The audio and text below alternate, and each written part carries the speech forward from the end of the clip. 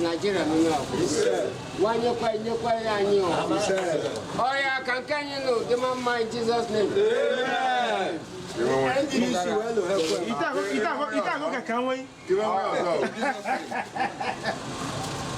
Oh, no, Bishop will come on.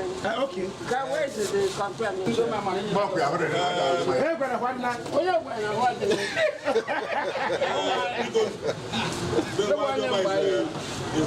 Very early in the morning today, if you look here, a heap of yam was roasted here. Mortars were spread out here, and then there are some herbs our forefathers discovered in those days. One of them is otite. Otite is a medicinal herb that they eat on the New Yam Day. Ordinarily, New Yam purges. Because of that, our fathers discovered some leaves that you can use, one, to prepare the yam after roasting. If they cook food, there are some herbs they put in there so that your tummy will be okay, balanced after you have eaten. So this morning by 10 o'clock, my friends, a lot of them have gone home. They were all gathered here to have a taste of the yam that we roasted here. And so many ingredients went into it. Some were still expecting us to roast more. But I told them, we have eaten, drink, be happy and be merry. So that is exactly what we're doing. We're celebrating the New Yam Festival. The New Yam. And then ushering in the traditional New Year. Today, we are celebrating the eating of the New Year. We call it today, Ekpala, Issele, Nawaji. Ekpala are the title holders in Issele-Uku. We have it in 3 segments, or 4, let me say 4. Iwaji Umuaka, Iwaji Ndioka, Iwaji Kolo. Then the last one is that of today, which is Iwaji Ekpala. So from today on, any Issele-Uku man can now eat the new yam. And then again, before today, the new yam is being sold outside the market. From today, the new yam can now go into the market. So those who sell the new yam can now sell from inside the market. That is it. What we are experiencing now is that we are doing our festival. And the festival we are into now is the New Yam Festival. That is what we are celebrating now. It's one of the beginnings of the festivals. Then at the end, on the night of this month, we'll be doing the real festival, which is the Inaho Festival of Issele-Uku Kingdom.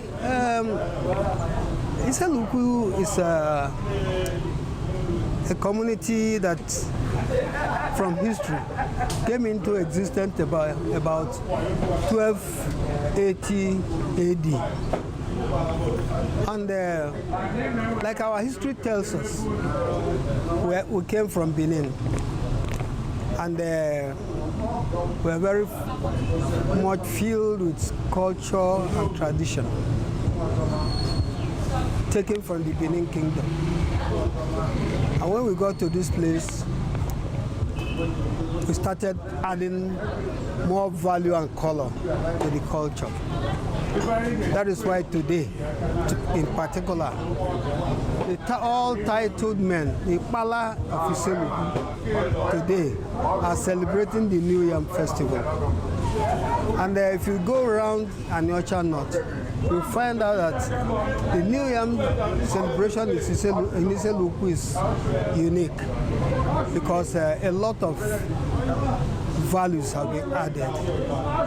That is why we pride ourselves as the custodians of our culture. I think I will say, after some long time, Obi Ndoka is a young man, but when you see him handle issues, when you hear him talk, you find it difficult to believe that somebody of his age on the throne could handle issues the way he does. I think with him, Issele-Uku is blessed. There are projects that have come into Issele-Uku since he took up the throne. And then not only that, I think peace, that is the major thing. We have peace in Issele-Uku. And then he's somebody, when you see him, you like him. And then with that, most of us who are the chiefs, you give out everything you have to help him. If I may use the word, govern our community. We have our AOB here, His Royal Majesty, the Abogidi, Obi Ndoka. He's an engineer by profession and a member of the professional engineering organization. So what we are seeing now is part of the festival mood. Today is the New Yam Festival. Today is 30th. On the 1st of September, Friday, because after we have eaten New Yam today, everybody is re-energized from the famine. Definitely on Friday, our youths are going to come troop out in their numbers to exhibit the strength they've gathered within the few days of the New Yam Festival in the wrestling competition. That is coming up on the 1st. After that, on the 4th, the entire community will go into a period of peace, led by His Royal Majesty, the Obi of Issele-Uku, who will now go into confinement. We call it our week of peace. He will be in confinement for between 4th and 9th. Early in the morning on the 9th, the silence that will pervade the whole community will be broken with gunshots, signifying that the period of silence and the confinement of Obi is ended. Then from 12 noon, you see people rolling out their drums in their numbers. Chiefs, titled men, and the rest of them, they will come out from their various quarters with their dancing styles, converging at the Palace Square. Then at about 1 o'clock, His Royal Majesty will now come out in his full regalia. And I want to say that when it comes out with color. It comes out with dignity. And everybody will want to come and see him. So that is the rounding up of our New Yam Festival. We call it Inaho. That will take place on the 9th of September. The process to Inaho, we call it Inaho. That of this year is Ineaho 2023. The New Yam Festival is part of the Inaho. The Inaho of this year will kick off on the 9th of September. There is what we call Ibanzu. The Obi will go into Ibanzu on the 4th of September. Purification. He will be in the palace You go to the palace, everybody is free. Anything you have, you take to the Obi. Then on the 9th, the Onotu chiefs will go and pay homage to the Obi. The Onotu chiefs, on that day, it is all merriment. We have drummers, trumpeters, we dress in a different regalia, dance to the palace ground. From the palace ground, we go to the Obi, where you now pay homage. Then the other set of chiefs, I think that will be on the 30th, either 30th, I think 30th of September. Because that is the last day for the traditional festival. That they will say, that is the day Obi-Eku Onitsha. And that is the day if I may use the word, palace chiefs will go and pay their own homage to the Obi. The Obi will introduce the timetable for the festival at the beginning. And for the festival, we have different points at a time. We have the Lochi, we have the Ilo Umwaka's festival. You can, by last Thursday, our Highness visited some of the places like the St. Teresa Hospital to visit the women so that the children will know the benefit of the Waju Mwaka and the orphanage too. From there, he discussed with them and I equally gave them gifts to mark it and prepare food for them and other things so that they will know what it is for the children will benefit from it. Equally extend hands of fellowship to them by providing them with some cash gifts, food items, and many people came to celebrate with him. That is the Umwaka. So after that, as the one of the process, we have the peace period. And this period, there will be no noise, no vehicle move, no horn, no generator. It's a period of peace. The Obi will see him with white chalk. He will be there. People will come there to visit. And the town will be very peaceful. There will be no fight, nothing. These are the process. And that will last for about 5 days, which will end up on the very day for the Ine Festival. That is the Inaho Festival. After the Inaho Festival, the other process till they will do till around 15th, that is where the Ine Festival will end. Yeah. On that night, the Ine Day, Inaho Day, Obi will come out, visit some ancestral shrines within the vicinity of the palace. He will now come back on his throne in the Ogwa. He will be seated there.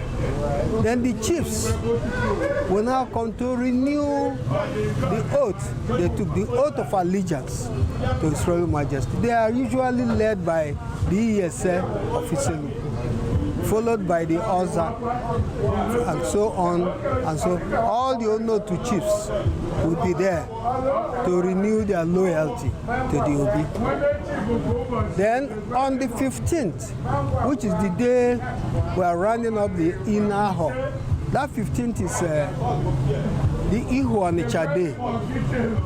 On that day, all the palace chiefs who are, kitchen cabinet of His Royal Majesty will also come out to renew their oath of allegiance to the Obi. They will come out with their drums, with their relations, people from their villages, within the community, and then all of them will dance to the palace square. Then the chiefs will go inside. When they go inside, there's nothing very particular that they do other than to dance for the Obi. Obi, I'm still loyal to you. Then they will kneel down. Obi will bless them, and then they will all dance out. Let me tell you, in those days, that is why our chiefs are revered. Because in those days, if you commit any thing that is out of our custom, when you get there, you can't go home freely. That is why at the end of the day, after taking the oath, renewing your oath, you see them, they will change their music and song. Anyatwa will use. That goes to show that they are free and they have satisfied all necessary requirements, our traditional norms with the Obi. So they will dance with joy to their respective homes. That is it. Chief Egbune today brought me into politics. He brought me into Anyocha North politics. We started during the days of the SDP. One thing about Chief Egbune is that he's a principled human being, straightforward. He's a goal-getter. Within the political arena, anyway, he's a goal-getter. He has served as the Anyocha North chapter chairman of the PDP for about 4 tenures. So that will tell you how good he is with politics. Then, fortunately, he's not my senior. I'm very close to him. I really don't have places to go to than here, his house. If you don't see me in my house, if you come to his house, you will meet me there. I said, fortunately, that's what we call Imanzu. Imanzu is informing you that the Obi has chosen you for a chieftaincy title. We were Manzu on the same day by the Obi. So it was, to me, I couldn't believe that it will come that same day. After my trickishly, the Obi invited him to the throne, and then that is it. He gave it to him without him knowing. He never expected it that day. So we are good. As brothers, as chiefs now. Victor is a wonderful person. He's a character I love because he's disciplined. He respects everybody that is associating with him. He is properly groomed for the role he's playing in Issele-Uku tradition because of his belief in objectivity, honesty, and he's a child of God. I'm a traditional person, if you like, say traditionalist. I appreciate my culture, I appreciate my tradition, and then I am properly inclined to my tradition, and I believe in our tradition. In our palace, we say, Akene Ahonine. That's the prayer I have for every citizen of Issele-Uku. When I mean citizen, everybody resident in Issele-Uku, we are wishing them Akene Ahonine, so that this festival will never die. Good health, long life. There is one greeting we give these days during this festival period. We say, Akene Ahene, Akene Gakamma. I'm wishing him that he will be around by his grace during the festival period of next year. We all come out again to celebrate with him. I'm supposed to be celebrating in my house too, but I decided to come down to him to celebrate with him. So let me finally say, Akene Ahene. You can see the New Yam Festival is meant for the Okpala title holders. Himself happens to be chief. It's not only this place that they are celebrating it, other chiefs they are celebrating, other Okpala titles they are celebrating. Even if you live here too, I celebrate in my house too. It's the mark to show you that before this time nobody will eat the New Year. But after today, you are now free to eat the New Year. That is why once the Okpalas were able to bring out the yam, everybody is now free to eat the New Year. I'm also first to tell you that I thank God for His Highness. He's a man that understands what the culture is. You can see everybody feels happy. The way he's handling the town, very, very smooth, and people are happy with him too. And we all. So my prayer is that God will give him long life on the throne, and the Issele-Uku will be peaceful. There will be no calamity, nothing. So we are praying God that everything will move smoothly to the glory of God.